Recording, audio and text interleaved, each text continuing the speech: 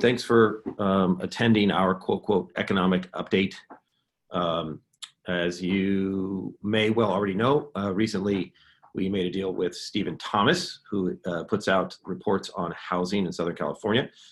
He's going to be working with us. We're going to get his reports on a regular basis. And coming up very shortly, you're going to be receiving those reports in your inbox, and the companies can also be using the data in those reports. We're going to do some reformatting on it, so we're still working on a little bit of that, but you're going to be getting marketing materials and such with the data in it. So I thought how apropos it would be to have Stephen join us this morning for our housing report and economic update.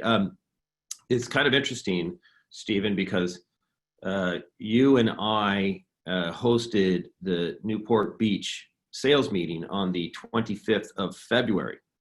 And in that meeting, you actually said, I don't see anything on the horizon that would put us in a recession. And unfortunately, on February 25th, it now appears that we were already in a recession. But I don't think anybody... Actually, starting March 5th, from March 5th on, that's when the recession started. Yeah, right. So, which is amazing because you and I were on the same page then. It was, I was actually in the Caribbean, on the British Virgin Islands on a boat, and we were about to come home, and that was mid to end of January. I don't remember the exact date. And one of the patrons that was on the boat with me, who was also from Orange County, was sitting at breakfast, and he says, coronavirus. Wonder what that is. Well, but the other interesting thing is that on the 25th of February, I raced out of that meeting, ran down to Rancho Santa Fe for a meeting, and then raced back up to Orange County for another meeting that I thought was going to be at the Laguna Beach office, and it turned out that it was actually a Zoom call. So not only did I meet with you in Newport on the 25th of February, but I also had my first Zoom call the 25th of February, and who would know that we now use it on a regular basis. And we'll actually probably talk about some of that stuff today. So anyways, but I'm going to let you go ahead and introduce yourself. And many people from Orange County know you well because you've been here for a long time, but the other regions, specifically our desert region and those people down in San Diego may not be as familiar with you. So why don't you go ahead and tell them a little about yourself and then take it away. Yeah, sounds good. The best way to do that is just to start the presentation. I can get into what it is. Let's see. So sharing it. All right. I like that better because then I only get to see a small snippet of myself. So let's go ahead and begin. First thing I want to do before we even get into who I am and all that stuff is start off with some fun photos. So I have some summer photo fun that I like to share. Hard to believe our numbers are still climbing. So spiking. You can choose not to wear a mask, then you must also remove all your clothes to enter. Like that. 2020 was a car. Well, that didn't work. Closed until they say it's okay. Some bar, some dive bar.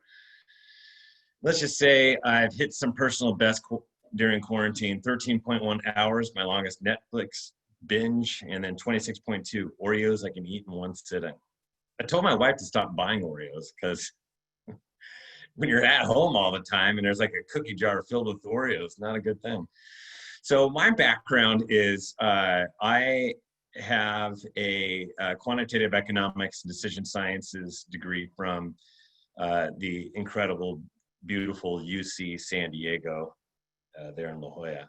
29 years in the business, Orange County native, Capitol Valley High School grad. I do have 9 kids.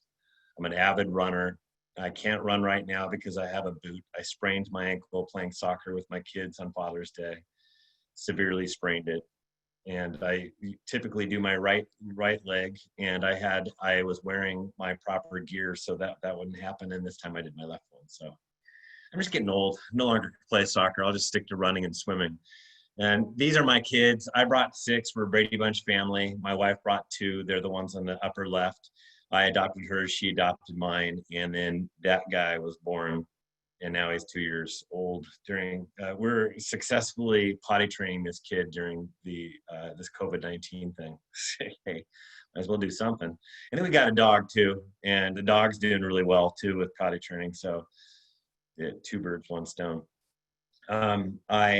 My stuff, I delivered all to a bunch of the press. I've been all over the place as far as the press is concerned. And the way my reports read, I'm not really focusing on closed sales data. That's what the papers and everybody else like to do, is they like to focus on that.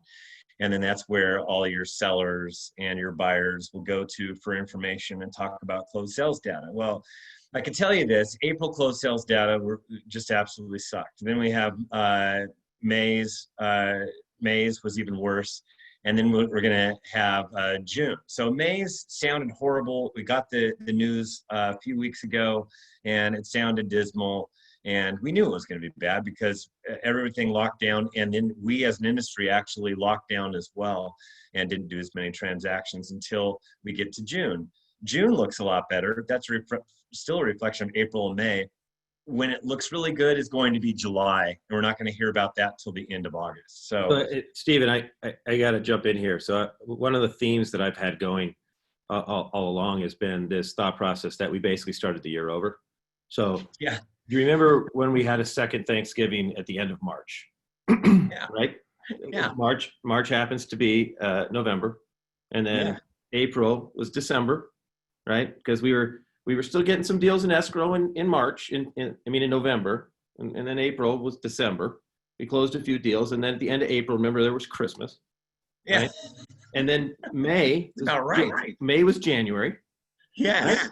So, because we didn't put any deals in escrow in the beginning of April, so that was May. And then, June is really February. So really not that great of a month. It's, it was a little bit better than May. I'm telling you, we just hit Super Bowl. And then we just hit the freaking Super Bowl. That's a great analogy. We just hit Super Bowl for sure. And that's where we're at right now, which is why I don't like even looking at closed sales data, because it's not a leading indicator. It's a indicator in hindsight. So that's like looking in the rearview mirror. Instead, I want to look at, okay, what does the inventory look like today? And what is the pending sales velocity? That's demand.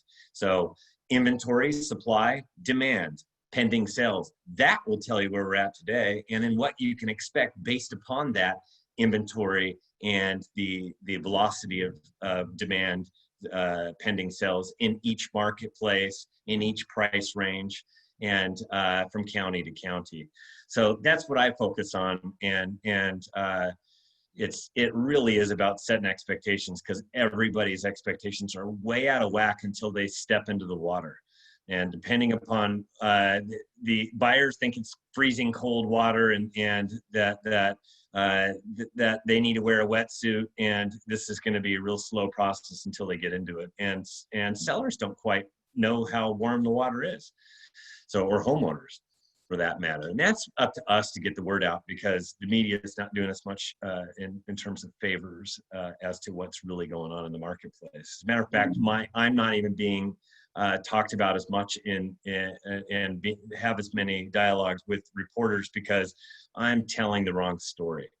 So that's where we're at right now. So I have many different versions, which is why what Pacific Sotheby's is doing is they're taking all of my information and they're dissecting it, and they're putting it into a really cool looking format, which I can't even wait to see. So we're there. As far as placing anything on the internet, you can only do excerpts. Everybody needs to understand that, otherwise it will water down the need for a housing report.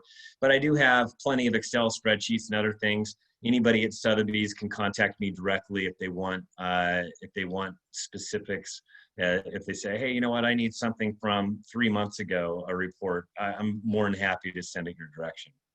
And there's lots of charts that we're updating with every single report as well. As a matter of fact, this coming up Monday, we're unveiling our latest. We just did a total clean sweep of all the way everything looks. We reformatted everything, and our charts are going to start to look different as well, which probably match more of the theme of the direction that Pacific Sotheby's is going to take in utilizing our report. And it comes out every 2 weeks. Now, Riverside County and San Bernardino came out this week. LA, San Diego, and Orange County comes out next week. I intentionally did that because I touch and feel most everything right now. Until this thing grows more exponentially. Right now, it's got a lot of the flavor of who I am and how I write. So you get the benefit of that. And I'm in all 5 Southern California counties. I guess the big counties is what I should say. There's still Imperial County. I didn't even know it existed until coronavirus came out. I'm sorry if anybody has a second home in Imperial County or anything like that, but it wasn't one of those that was really on my radar or my map. And so these are what the reports have looked like, so you can get an idea of what we're looking at. No supply at the very beginning of the year. Then we had this big showdown between COVID-19, exactly what Mike was talking about. You got that showdown in April. April is ugly. April is ugly because, hey, it was like Christmas time. We just don't do a lot of transactions. There weren't a lot of homes coming on the market, and demand was low. That was what the showdown was. Then we got demand starting to rise. Got to after the new year. We had a V-shaped recovery. That was mid-May.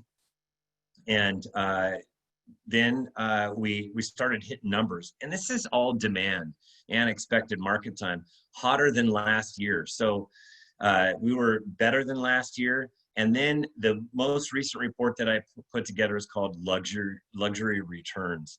And that is because, like demand, interest rates fell down to 3%, and it ignited demand a lot more than anybody kind of anticipated. We thought we'd have to get towards the summer months before it would really ignite, but it didn't. We as an industry adapted prior to that, and we were able to rock and roll early. And then luxury, it looked so bad in the midst of April. It was at numbers that I had not really witnessed in years. And it actually, I have slides for it for all 3 of the markets that you guys encompass, and it is just hitting all cylinders right now. So, and I do a housing debrief every Tuesday and Friday. My last Tuesday one is going to be next Tuesday, and then after that, I'm just going to go to Fridays at 3 p.m. Every agent and their brother was tuning in when I was doing it twice a week, and now that everything's getting busier, the Fridays seems to be where everybody wants me to do these debriefs. So I'm doing a housing debrief. It's on my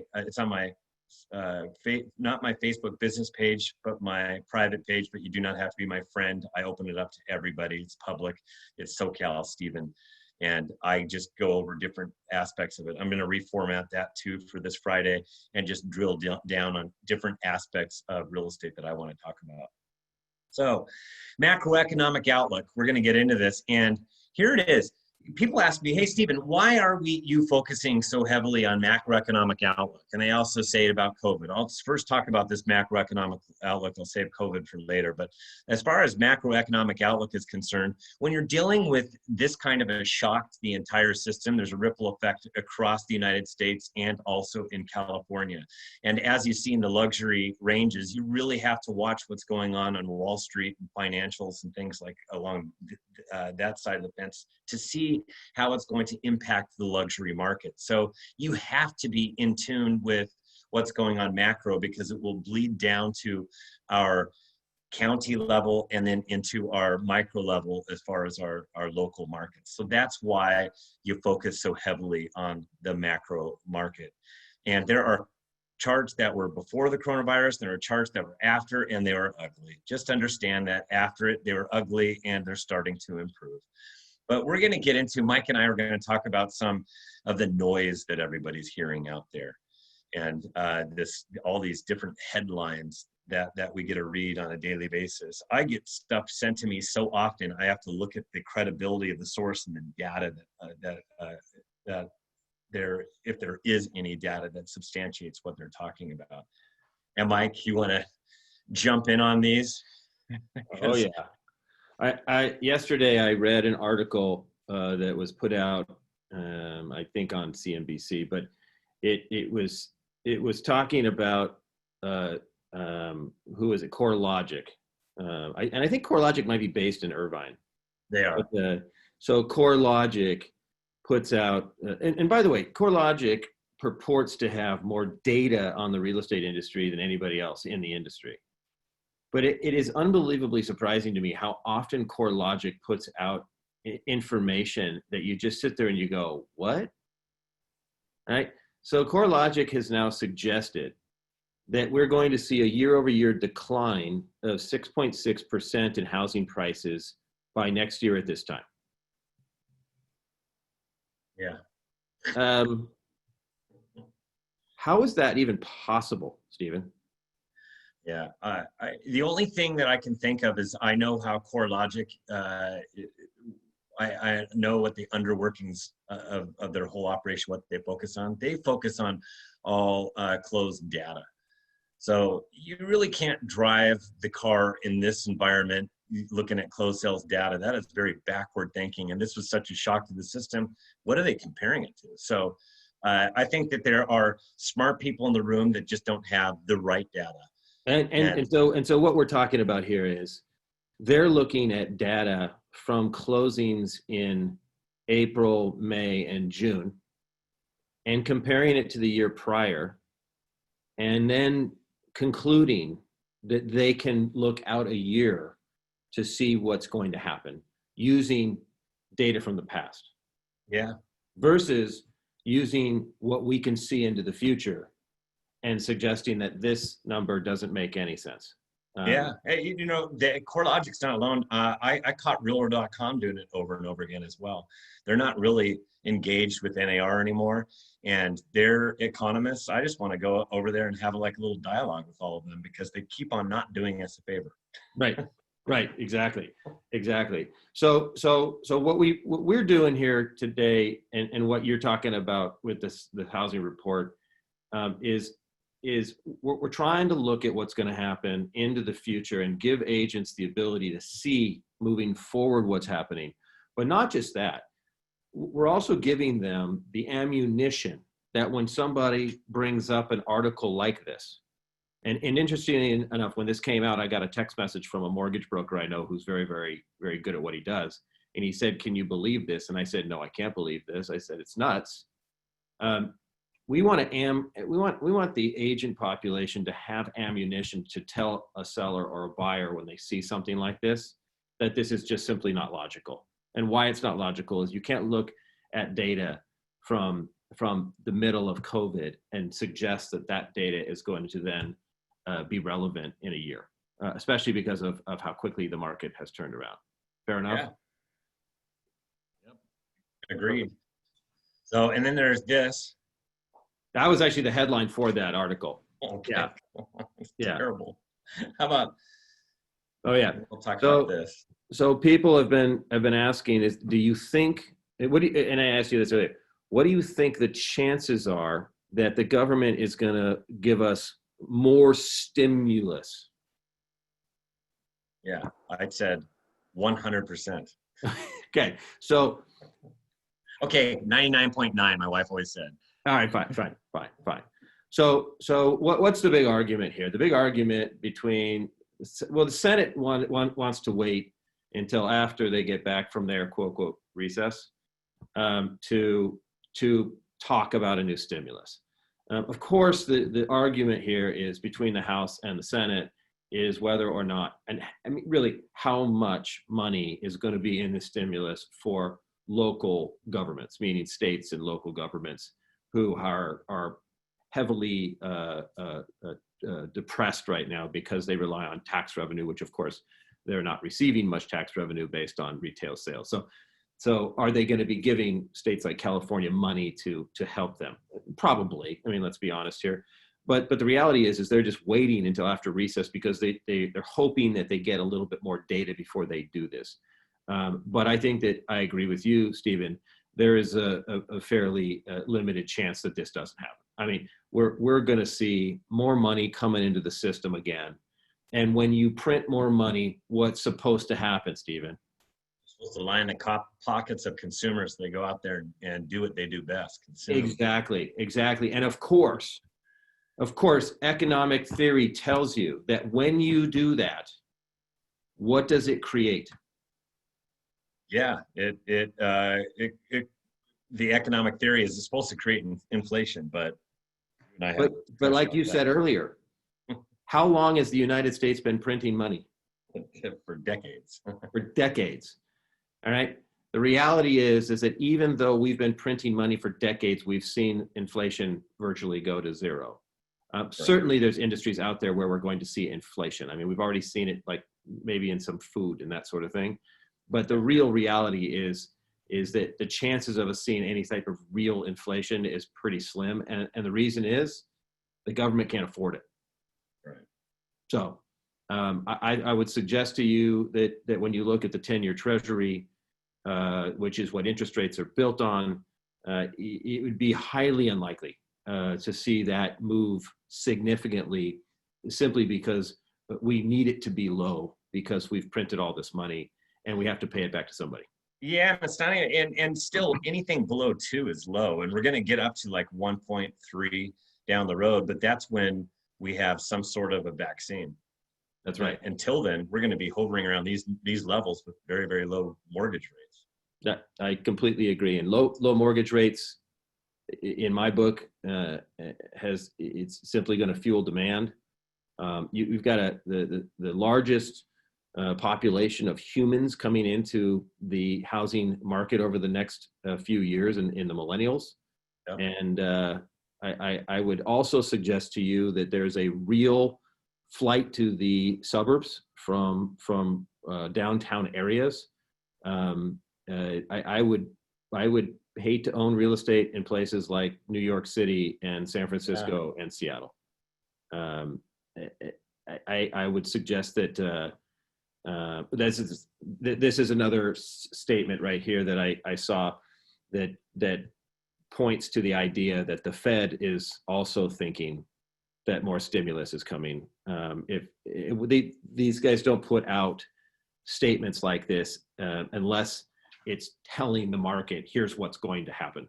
Oh, they've been saying it for about a month too. So that's another leading indicator that it almost has to happen. That's right. And then, yeah, so, and you talked about the areas. There are various areas that there's going to be a flight from as well, as far as the New York City, Seattle, different areas like that. I can see Phoenix now, downtown Phoenix. No. Yeah, it's pretty simple to me. I've already heard from too many agents who said that they were showing houses to people from Los Angeles whose whoever the wife, husband works in downtown LA, and now with remote work, they don't need to be at the office more than a day a week or a day every couple of weeks, and so they say, get me close to a train station, but I want a big piece of property out where I'm not going to be on top of my neighbor. So I think that Orange County certainly is a place that I think a lot of people are going to look to go to. San Diego, same way. I mean, if you can get to Orange County, you can get to San Diego. Mm-hmm. I think that we're proving, based on the numbers we're hearing out of the desert, that there's a very high demand in the desert right now for probably the same reasons. Yeah, I guess I could go like semi-retire or just kick back, golf a lot. It's nice and warm. That's right. Be a little bit hot. All right, move on. All righty. So then I'm going to get into jobless claims, and we're going to be continuing to watch jobless claims, everybody. So just understand that this is there are new jobless claims. That's the thing that I don't like to see, and yet it's still at 1.5 million new unemployed, and that number is going to spike again because my daughter is dating somebody that works for BJ's Pizza as a restaurant. He's a waiter, and he's lost his job again for a second round because of what's going on here in Orange County. So you can't have they let the whole entire wait staff go again. And then this is insured unemployed is still at 19.29.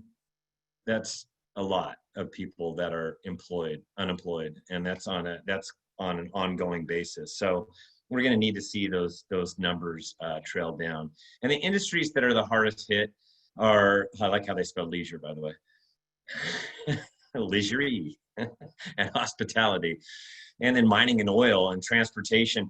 That's where things have really taken a hit. Construction took a hit as well. They need to get back to work. Part of that is the unemployment, and for many people, they're having a hard time getting their unemployed to come back. Because they're making more money with the stimulus of $600 per week extra. And I hope that this next package addresses that so that doesn't happen again. They're not going to incentivize people to go back to work. That's off the table now, but at least they should make it so that they're not making more than they would if they were actually employed.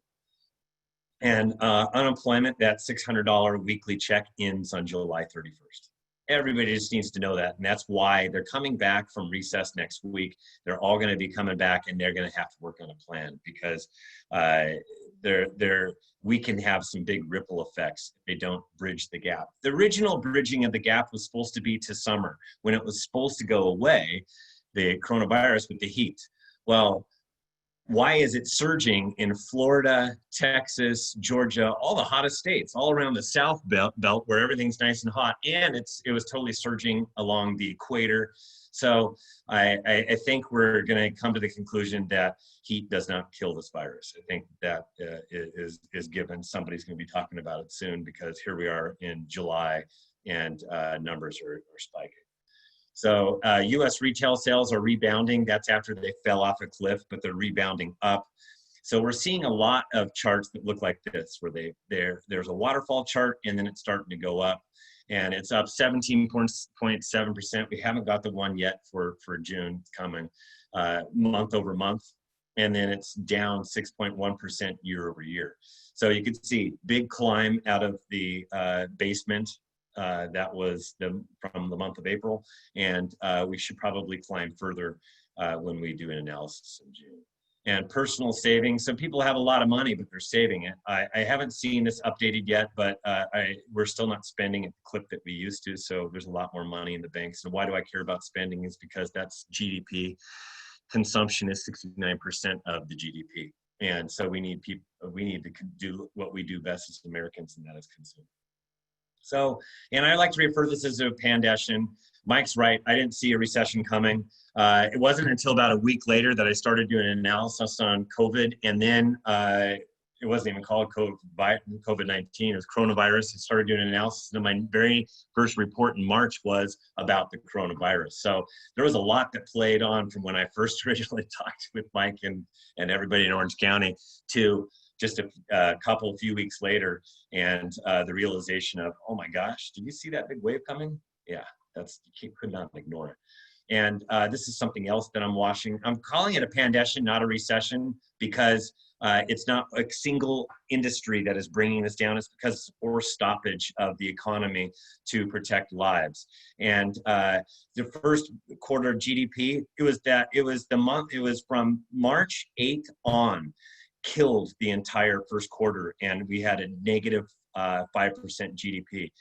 For the second quarter of 2020, which we just finished, it's going to look stupid. It's going to be like down. Some people are saying down 30%. Some people are down 40%.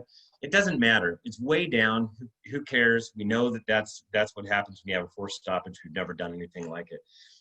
These are the kind of things you want to watch. The St. Louis Fed Financial Stress Index. I'll be continuously bringing this to my Facebook Lives just as a snippet so people see where we're at. It's supposed to be below zero. We got below zero, and then this latest pandemic surge happened, and now it's gravitating above zero again. And then mortgage purchase applications. Mike and I were talking about this.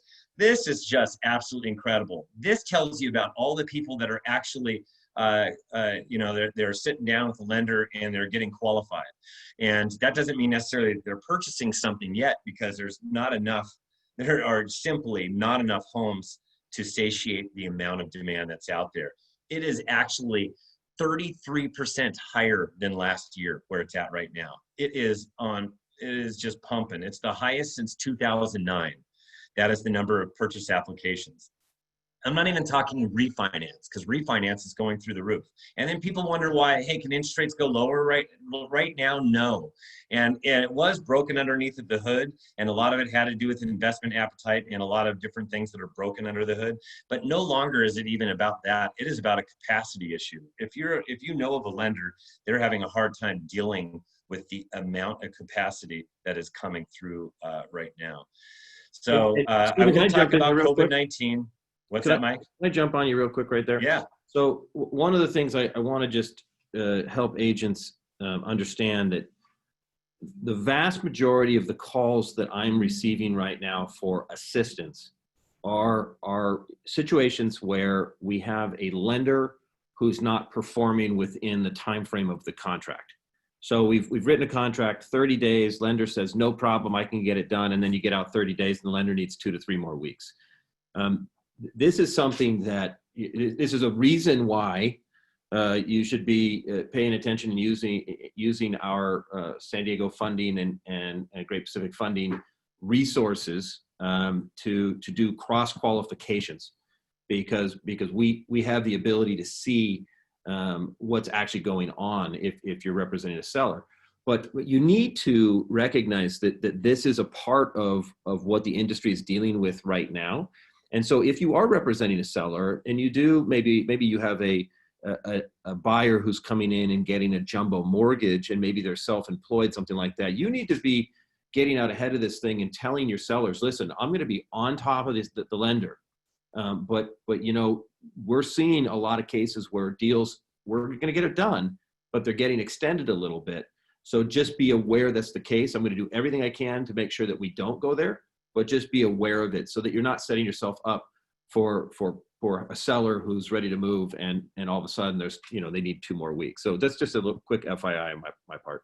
Yeah, and double apping, that just have them app with your lenders, like what Mike was talking about, that then you know exactly what you're dealing with. Otherwise, it's like you're just trusting that the lender's pre-qualification letter means what it means, and you know nothing about that borrower.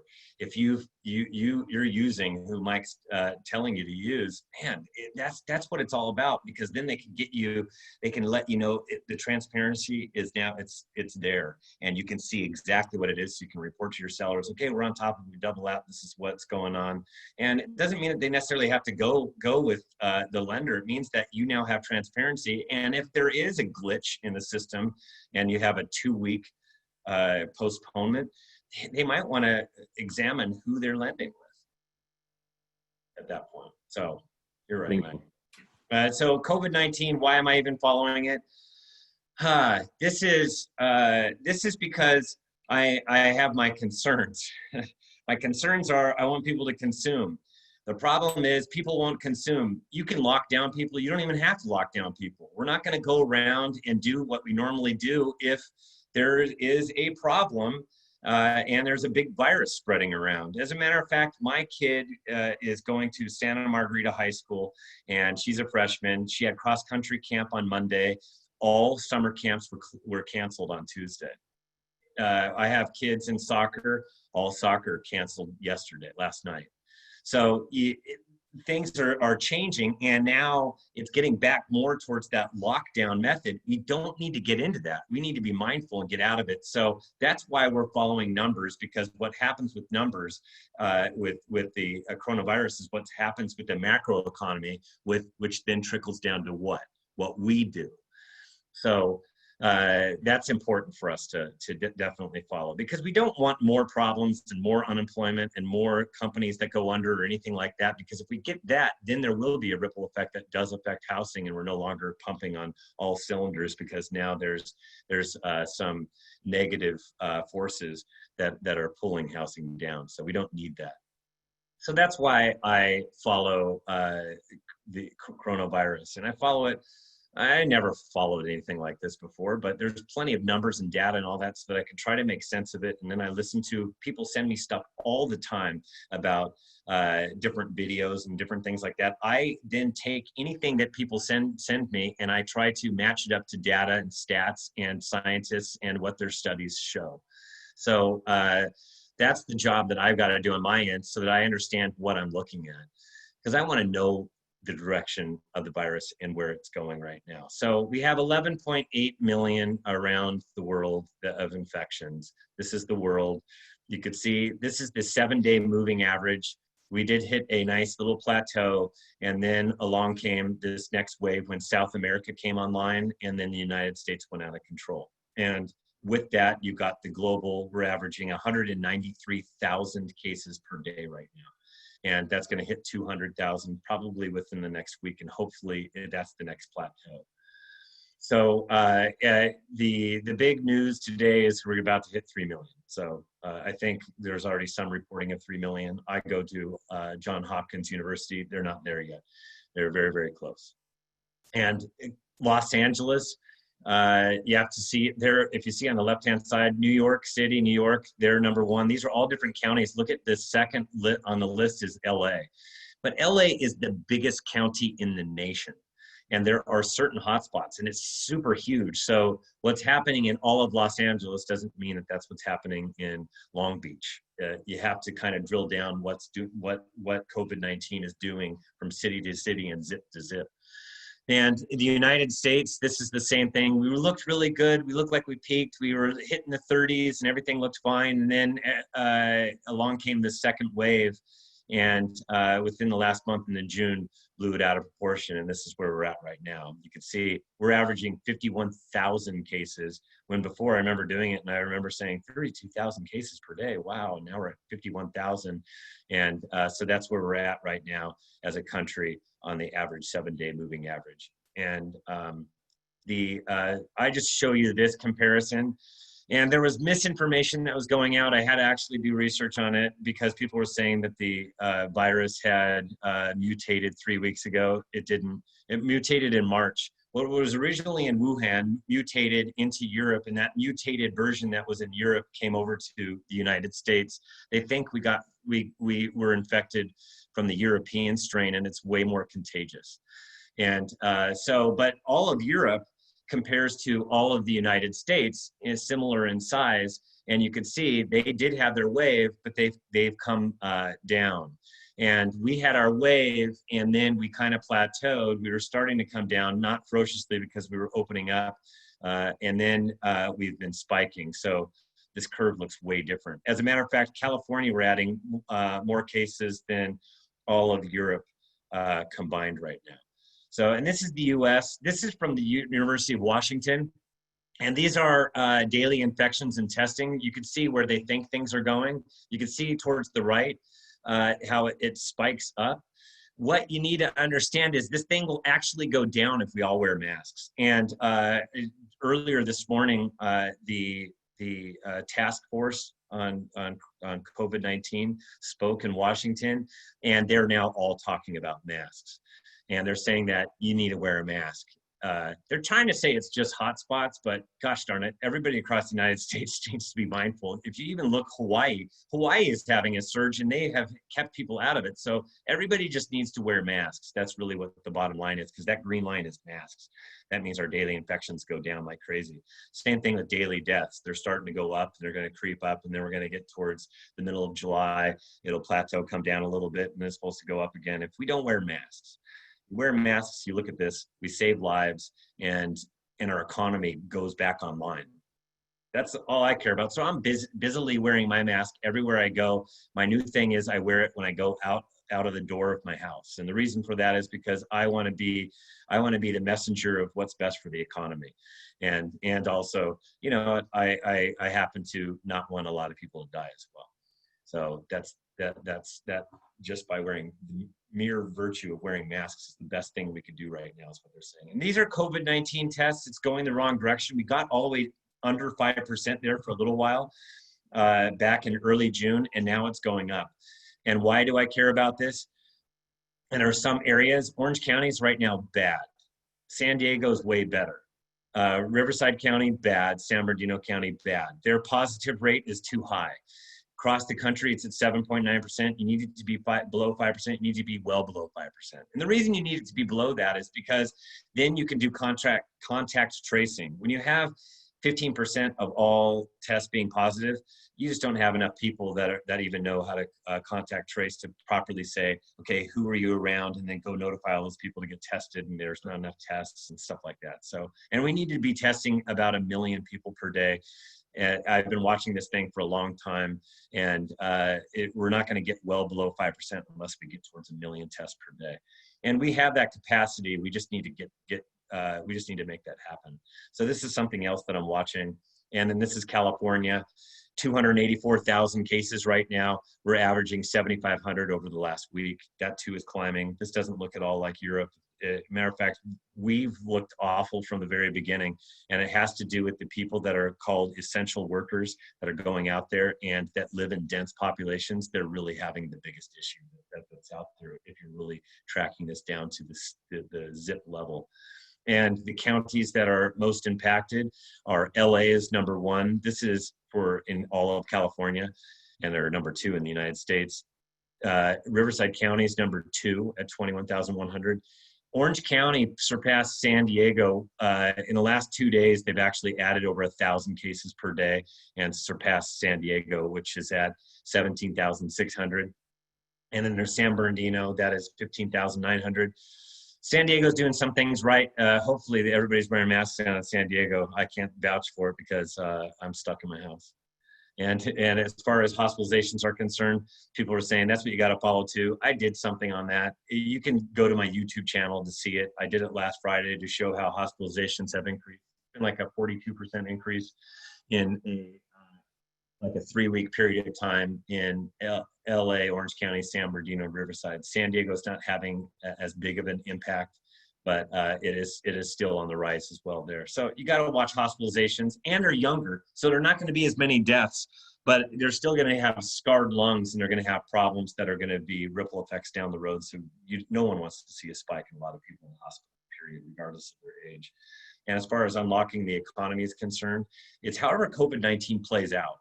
That you don't even have to lock down the economy. It's kind of unlocked right now anyways. I mean, they started locking down some things like restaurants and bars and things like that. They can go ahead and unlock that thing again.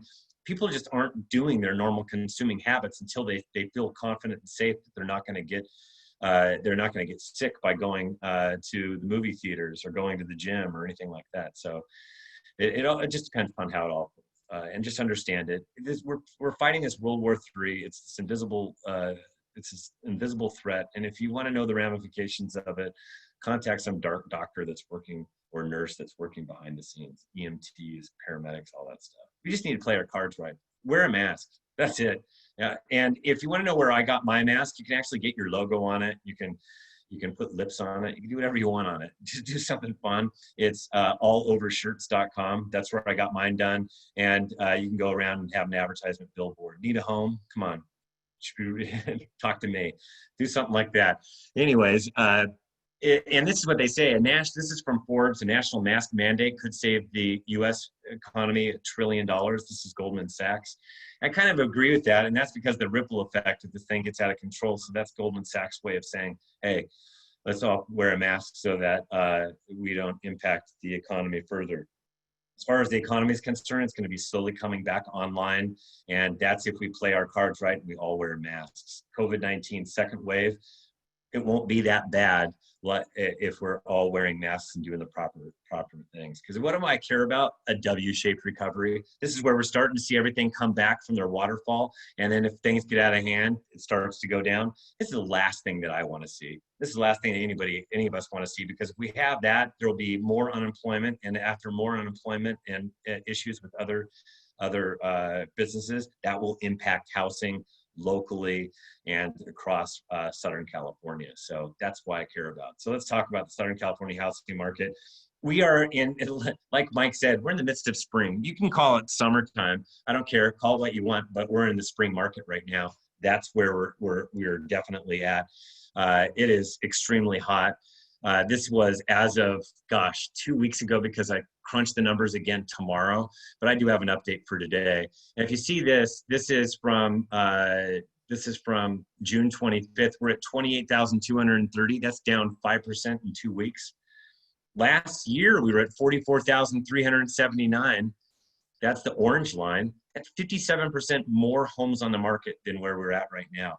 We simply don't have homes on the market. We need more. Today, we're at 26,906. You see that? So we were at 28,230. We're going the wrong direction. We're down 4.5% more. So typically, we don't peak in inventory until the middle of August. But man, the way that this funky line looks like, it looks like we peaked in May. And now it's coming down, and we're getting fewer and fewer homes. Part of this is because we're actually placing homes into escrow faster than they're coming on, and we're eating up inventory that's been lagging and sitting. And we're at the lowest level right now as far as inventory for all of Southern California since May of 2013. That's how low our inventory is. But as far as how hot the market is, this doesn't even tell the story. This is only part of the story, is where inventory is at. So COVID-19 is absolutely still suppressing supply. And it's keeping people from placing their homes on the market. And as far as the active listing inventory is concerned, the number of new for sale signs in the past 4 weeks, I've done this analysis for weeks. It was as high as 49% for all of Southern California. Now it's down to 20%, but it's 20%. This is the last 4 weeks. It's down 20% compared to the 5-year average. That's the number of homes placed on the market. So we're getting 1/5 less homes coming on the market right now. That's homeowners opting not to sell at a rate of 1/5 less. So that is impacting what's going on here in Southern California, and it's across the United States, that we just don't have the inventory. Luxury. So when I take a look at luxury, and that's above 1.25 in San Diego and Orange County, and above 1.5 million in LA, and it's above $650,000 in the Inland Empire, San Bernardino and Riverside. They're actually up 19% compared to the 5-year average. There are that many more homes, but it's still incredibly hot. I need to see that happen in the lower end, but it's not. So as far as Orange County is concerned, down 19% compared to the 5-year average. San Diego County down 19%, and Riverside County down 20% compared to the 5-year average. As far as luxury is concerned, Orange County is up 2% compared to the 5-year average. San Diego's up 19% compared to the 5-year average. That's for luxury. And Riverside County up 40%. I don't understand that. That is by far the largest for all of Southern California. That's how much more product there is compared to the 5-year average. Part of that is because we've seen values come up to that level, but I can't even put my finger on it completely. It's wacky in Riverside. So there's not enough homes. We need more inventory, period. The water's good. Thanks for taking this picture, Mike. Yes, the water is good. Come on in. They have no idea how great it is. He's saying, come on, you guys, this market is hot. So we need to get that word out to everybody.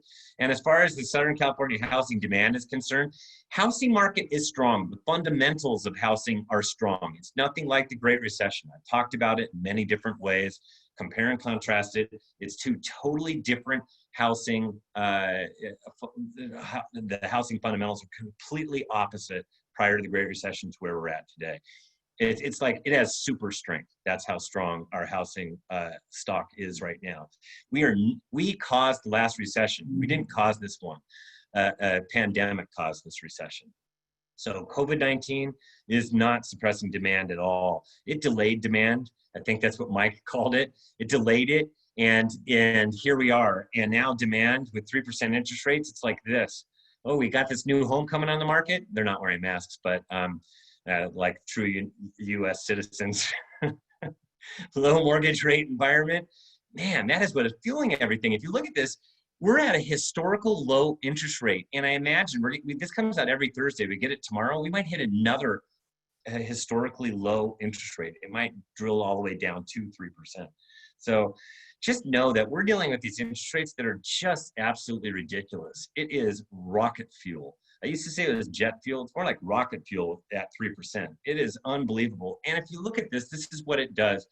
Because we had 5% interest rates. And I don't even think we're going to get interest rates above 3.5% for a long time for the rest of this year. So look at what that does to $1 million mortgage, a $700,000 mortgage compared to November of 2018, we were at 5%. That's just 5%. Prior to the Great Recession, we were at 6.35% interest rates. So that is even more ridiculous. But the difference for monthly savings at 700,000 is 807,000. For $1 million, it's $1,152 per month. Those are huge savings. And you wonder why people are clamoring, because affordability is through the roof. And as a result, we've had demand that looks like this. June 25th for all of Southern California, 20,155. That was up 11% in 2 weeks. And last year we were at 16,605. That's the orange line. That's 18% less than where we're at right now. Today we're at 20,304. So what we're doing right now is we're not like screaming up higher. It's the highest level since July of 2012. And we actually saw a lot of demand back in July, and it was just fraught with short sales. So those were transactions that a lot of them didn't close. We don't have that right now. So really, you can't even compare today's demand to 2012, because that was filled with a lot of short sales that took forever to close. Where are we going from here? It's actually going to level off, go slightly increase. And then we're going to get towards the middle of August. That's the middle of spring, or towards the end of spring. And then where are we going to go from there? It's going to start to go down. That's okay. It's going to go down because we're going to get towards school starting, and families don't like to move, and it's just going to be the seasonality effect, and that's going to be like summer. So fall is going to be a little bit like summer, because we're still going to have 3% interest rates that are still going to drive people to go, hey, my kid's learning online anyways. Let's make a move. Who cares? They can do it from a truck. Doesn't really matter. They can do it from from Tahiti if they needed to. So the expected market time as a result has dropped to levels I have never seen. And we're right now right above 40. That was, as of June 25th, it was a 42-day expected market time. It dropped 7 days in the 2-week period. So if you place your home on the market, when are you going to open up escrow? 42 days. That's across Southern California. That was down 7. SoCal last year, is that orange line, is at 80 days. And if you look at today, taking today's inventory and supply, 40-day expected market time. Anything at 40 days or less is just crazy. It's crazy out there. It's instantaneous, multiple offers if you're priced right below $1 million. I'm going to do this next report on pricing, and I'll show you what I'm going to be bringing. I'll bring it to you guys. It's the lowest level since I started tracking all of Southern California in 2012. And Orange County is at a 45-day expected market time. That's down 3 since June 25th. Oops, wrong order. San Diego County is at 37 days. It's at flat. But 37 days is super duper hot. Riverside County is at 33 days. That's down 3.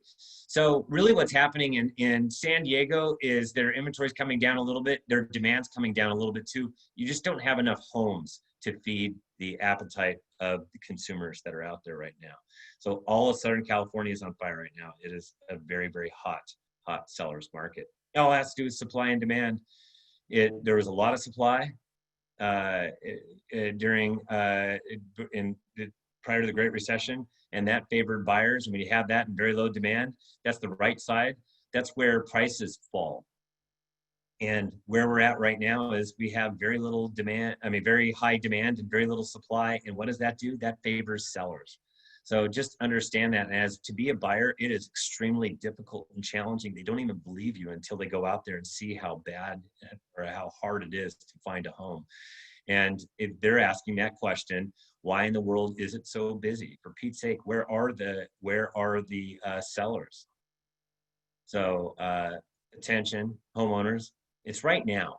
Place your home on the market now. We're in the midst of spring, like what Mike has said. We're in the middle of the spring market. So when should you place your home on the market? Right now. The market overview, this is market time in days. This is Orange County, luxury.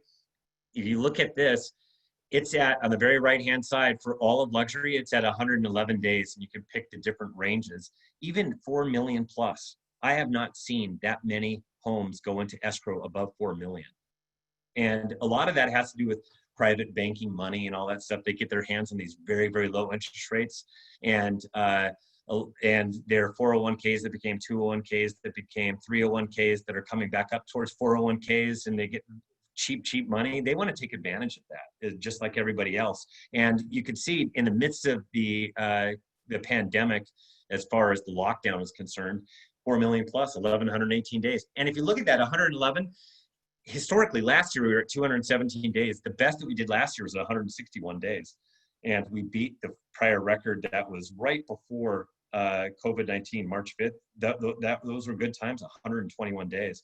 And if you look at luxury in San Diego County, it's at 107 days. It is off the charts. Look at that 1.25 to 1.5 million. At 62 days, that is the hottest in Southern California for 1.25 to 1.5. And they're at 107 overall. They're at 118. That was the best for 2020. And then in the COVID-19 lockdown, 316. And last year, 207, 166 was the absolute best. You can see it is unbelievable how far back, how far luxury has come. And that's why I had to do that report, luxury returns. And today in Riverside County, look at that, 72 days. This was actually part of the report for this week. And that's why the numbers say July 2nd, 72 days expected market time. And they were at 166 prior, 453 during the midst of the lockdown. And last year, it knocks the socks off of last year. And that's because their luxury starts at 650, and these low interest rates, people are just going, it's just so good. I want to purchase these crazy deals at 750,000, 800,000. Look at their expected market time, 43 days from 650 to 8. So, and this is sitting on the market. So I bring this to everybody so they can see, this is what my next report's gonna be on, is that even though the market is incredibly hot right now, you still get these sellers out there that are just absolutely ridiculous, and they price way out of bounds, and they sit. And it's not just the luxury. You have 1 out of every 3 homes or over that for below 500,000. 5 to 750, it's 25%. Below from 5 to 1 million, 1 to 1.25 is 35%. So you can see those can be hot markets, but they sit on the market, and they've sat on the market for 60 days plus. And the same thing happens in this one is Riverside County. You have the lower ranges. This one's the worst, by the way, Riverside County. As hot as Riverside County is, there are properties that sit, and there are people that just don't get it. So this next report is going to be definitely devoted to Riverside County. And if you look at San Diego, one of the hotter markets, it too looks a lot like Orange County, where it's 1 out of every 3 below 500,000, 5 to 750 is one, or actually 5 to almost 1.25 is 1 out of every 4. But still, that's a lot of people that are still sitting on the market for a very long time when they shouldn't be. And part of this could have to do with that their house looks like a dog. It has attributes like a dog, smells like a dog, has dog hair all over the place, yet it's priced like the property down the street that just looked awesome, looked like a model. Those are the ones that just don't sell, and until they price it right. And then it all boils down to pricing. So that's what we'll be talking about. And I understand appraisals are an issue. And people go, Steve, why are appraisals an issue? They're always an issue during the hottest of markets. It was for sure an issue in 2013. It rebounded again. We had that issue in 2017. And here we are in 2020 having the same issue of real estate appraisal problems. You got to get the report that we're sending out to you and get that in the hands of your appraisers so that they can see that they can second guess why they're coming in under the appraised value when they had 15 people that were willing to pay above asking price, and you took the highest bidder who is all cash. So I mean, seriously, they wouldn't have an appraisal problem, but if that's 50% down, they need to take into consideration what's going on in the marketplace. You need to get them a copy of the housing reports. They understand it. So I also have my Facebook business page. I put a lot of content on there, reports on housing, and YouTube channel, reports on housing. You can look at a lot of different past housing debriefs that you can get dialogue to your buyers and sellers. They understand the market. And then I have my housing debriefs every Tuesday and Friday at 3 p.m. at SoCal Steven. That's my personal page. You do not have to be my friends. I actually ran out of friends. I hit that 5,000 mark when I started doing these housing debriefs. And so now we can open up to Q&A if you like, Mike. Yeah, absolutely. Yeah, Julietta Fox Wilson asked if we're going to do reports on Riverside County, and yes, we do. She asked about the desert specifically, but I think that's lumped into Riverside County. Yeah, I actually have a low desert report, and then for San Bernardino people, I actually have a high desert report. And that's because there's kind of a little bit of a disconnect, and they kind of do their own thing so that you can see what's going on in those various areas. Because the impact, I was really concerned for the low desert at first with how slow things became. But like I said, beat my expectations. And it's now pumping on all cylinders as well. Yeah, we've gotten reports out of the desert that our pending sales are off the charts for the company. But that's everywhere. I mean, when we went into COVID, we had 252 deals in Orange County in escrow, and as of this morning, we are now up to 306 in escrow. That's just remarkable. It's just unbelievable. Any other? Your question somebody has is, what about unemployment homeowners that won't be able to pay their mortgage, San Diego and Southern California? I've had this come up a lot, and a lot of it has to do with forbearance. Forbearance is actually plateaued. There aren't more people going into forbearance. There's kind of a certain amount. It's 8.6% of all mortgage across the United States. And a big portion of that is VA, FHA. They make up, it's 5 points. What is it? No, I think it's 5% of that 8. But anyways, it's a big portion of VA and FHA are in forbearance. It's over 10%. And you have to understand, those are the people that put less down. The people that are vulnerable are the people that that they put down 5% or less within the last 2 years. And then they did this forbearance plan, because now they put very little down. Yes, we've had appreciation, but they have to consider closing costs. And on top of that, all that forbearance amount needs to be paid back. So that's the amount that they're skipping of payments. Those won't be forgiven unless they do a short sale. So there will be an incremental increase in short sales distress in 2021. And it'll be it won't be huge. It's not going to be any kind of a wave, because for a lot of people that put money down, there's a lot of people that put 10, 15, 20%, 25, 30% down, and they've owned their home for a while. Now they might be unemployed. Those people will be able to, they have nested equity. They will be able to sell because they have equity. And then the question is, where do they go? I think Mike and I were talking about that this morning. Where do they go, Mike? They go to Phoenix. That's where they go. Yeah, they go outside of California because it's so expensive to live here. Cost of living is a lot more. So a lot of them, if they're unemployed, they're going to have to go to some place where their money can be stretched a little bit further, and it's not as expensive. Because what are they going to do? They're going to go rent if they got a family. Rents are expensive as well here. So there will be a ripple effect. So we have to understand that will be for real, and that's why I'm looking for us to tame the COVID-19 numbers so that we don't have more of a ripple effect with more people becoming unemployed down the road. Then we have a disaster. Yeah, I tend to agree with you. I would almost suggest at this very moment that if we did get some of that inventory to the market, that would be a good thing. But too much of it is certainly not a good idea. Rosemary, you asked a question about ballot measures. I'm not exactly sure which ones you're referring to. I know there's one about taxes. Yeah, the Prop 60, Prop 90. Yeah. Probably. I mean, that's the one that we follow as an industry the most, because I think everybody's going to be extremely mindful when they vote this November. So they're going to be very, very careful. They're going to know that we're going to be having problems with budgets. So it's not like all of a sudden we're going to be passing a whole bunch of measures that are going to increase our budgets. So I think it'll be that kind of an election. That's just us thinking as consumers how and worrying about the overall economy. That as far as Prop 6090, because people say, well, that's going to free things up and it'll create more inventory for the people that are above 55.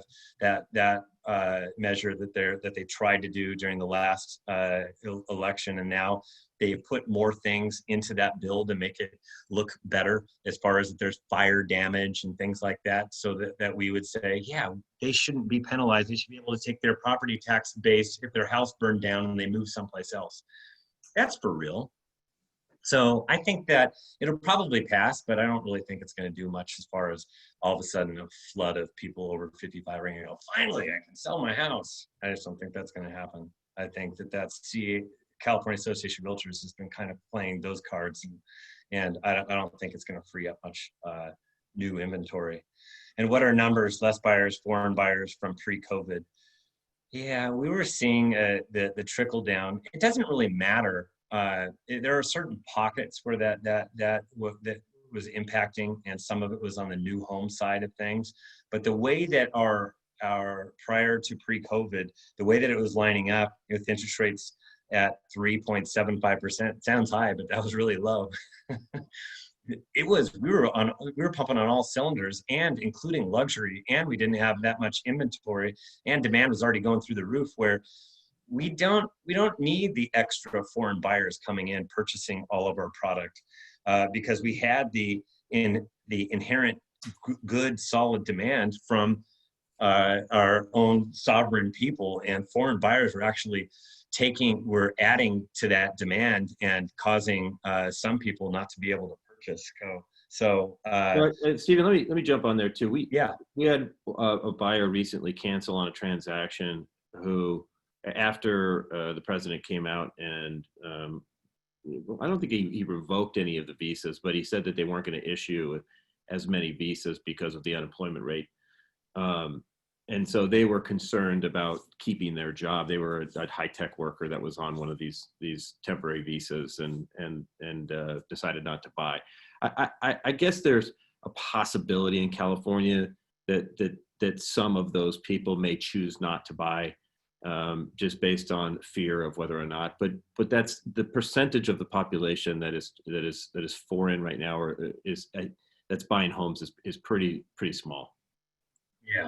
Yeah, and there is still an appetite for people to come in here and purchase the United States properties. Absolutely. Just because there always is, especially on the luxury end. Yeah, no question about it. People want to own a piece of the United States. Long term, it's looking good. The way everything's lining up, it's looking good. You were mentioning that what Case Shiller's Core Logic is talking about. Everybody's prediction as far as what home values are going to do are all over the board. If you look at like probably the top 20 prognosticators for home values, they are completely all over the board, from positive. And I think the MBA is probably the most bullish, and they're just looking at their stats, the number of new applications coming through. But they're probably the most bullish on where pricing is going to go, and the most negative probably it's Case Shiller, it's Core Logic, it's those people that are just looking at hindsight closed sales data, and I just don't think that they. Well, and we were talking about it earlier. If you just look at the data of months of inventory, or how you calculate it here, number of pending sales compared to the number of properties on the market, the market time is the lowest it's been in a long time. As of right now, prices are moving higher very, very quickly. That should slow when we get some supply, but certainly it's not going to it's not going to slow down until we get some supply, because demand's still increasing. So statistically, you have to suggest that prices are going up right now. And it's historically and cyclically in the second half of the year, nobody's really focused on real estate as much as they are during the first half of the year. I mean, we still do transactions, quite a few, but you have to understand that we don't typically do a lot of appreciation in the fall and the winter. And we may even get some in the fall, because, like I said, that could be our delayed summer, and it might surprise us, just like how great things have been, how it will surprise us. What needs to happen is we need to have more inventory and demand to fall for that expected market time to rise, and it doesn't happen overnight. Does anybody hear of a flood of people that are going, yeah, I'm coming on the market come this fall? No. So where's all this going to come from? People are saying it's because the forbearance is going to run out. Well, that's only a small percentage, and it's definitely not along the coast, but it could be more in the Inland Empire. But I actually don't think it's going to impact the lower desert either. So there are areas that could be impacted a little bit, but then they get another 6 months where they can do this forbearance. Yeah. Problem with that is that's a year's worth of mortgage payments that they have to pay back. Yeah. There's a question here about out-of-state buyers. It's really hard to track how many people are coming from out of state until they publish the data far later on. But I have been hearing some reports of this migration out of the big cities, and like, for instance, one of the agents I was speaking with recently said that they had a client who had a number of rental properties they had purchased in Southern California, that they had decided to actually change their place of residence from New York City to Southern California. So we have to remember there are places around the country, especially on the coast, where prices are similar to California. And if people are trying to get out of the big cities, they're going to be looking for to identify markets that are target markets, and certainly Southern California is going to be the beneficiary of some of that. Yeah, absolutely. Yes. And I'm like you, I hear a lot of anecdotal stories from people. So that's kind of where I get a flavor, but it's not until you can actually see the data, and the data is typically done, like CAR has to do this. They hire people to just drill down really, really deeply to get us what it looks like and where consumers are going. There will be a flight of some people, like I said, out of state because of how expensive it is, but there's going to be definitely a number of people that are going to be coming in the state of California for the reasons Mike's talking about. I mean, people are just going to want to, they want to move their money to someplace that they want to live long term. Yeah, I agree. All right, well, let's leave it at that. I want to say thank you for your time this morning. Sure. It's always fun to hear what's going on out there, and we'll probably maybe reconvene this in a month and see where we're at. How's that sound? Yeah, we'll have to do more bantering back and forth. That was fun. I like it. All right, everybody, you guys have a great day. This was recorded, so if you go on Blue later on, you can go back to reference some of this stuff. Look for those housing reports to start coming your way shortly. But otherwise, have a great rest of your